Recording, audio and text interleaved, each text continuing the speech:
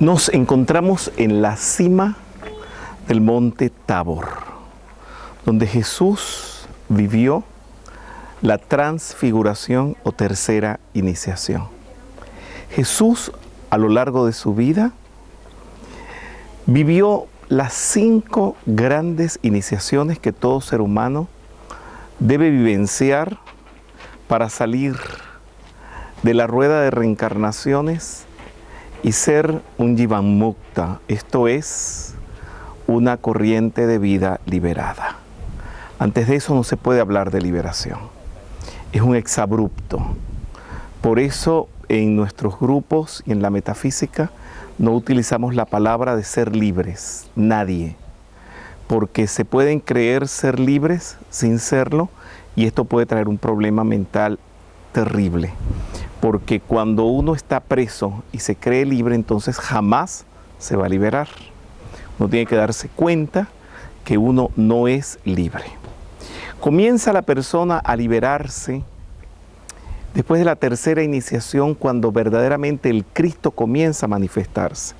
Porque en la primera iniciación es el despertar del Cristo, pero no piensen que porque el Cristo se despierta está manifestado, está apenas despertándose. Es como un niño recién nacido.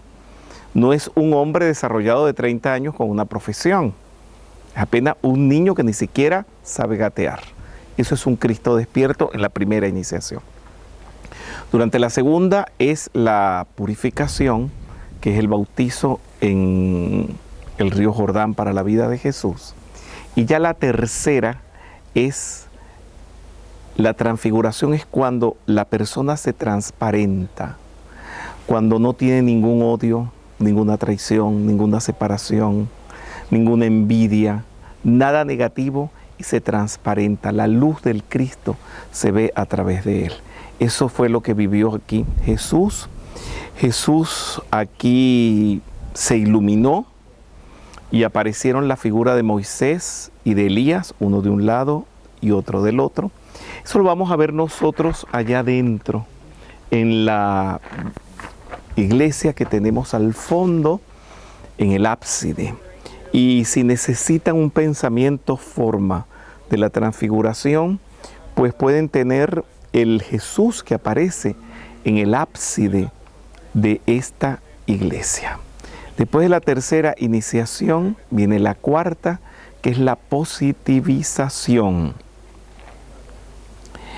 que es cuando uno deja absolutamente todo lo negativo, no vuelve a ser negativo en ninguna otra cosa en la vida.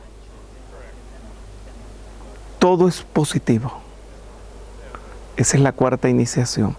Para pasar a la quinta, que es la ascensión, que apenas es el comienzo de la liberación, porque la quinta o la ascensión todavía no es la liberación.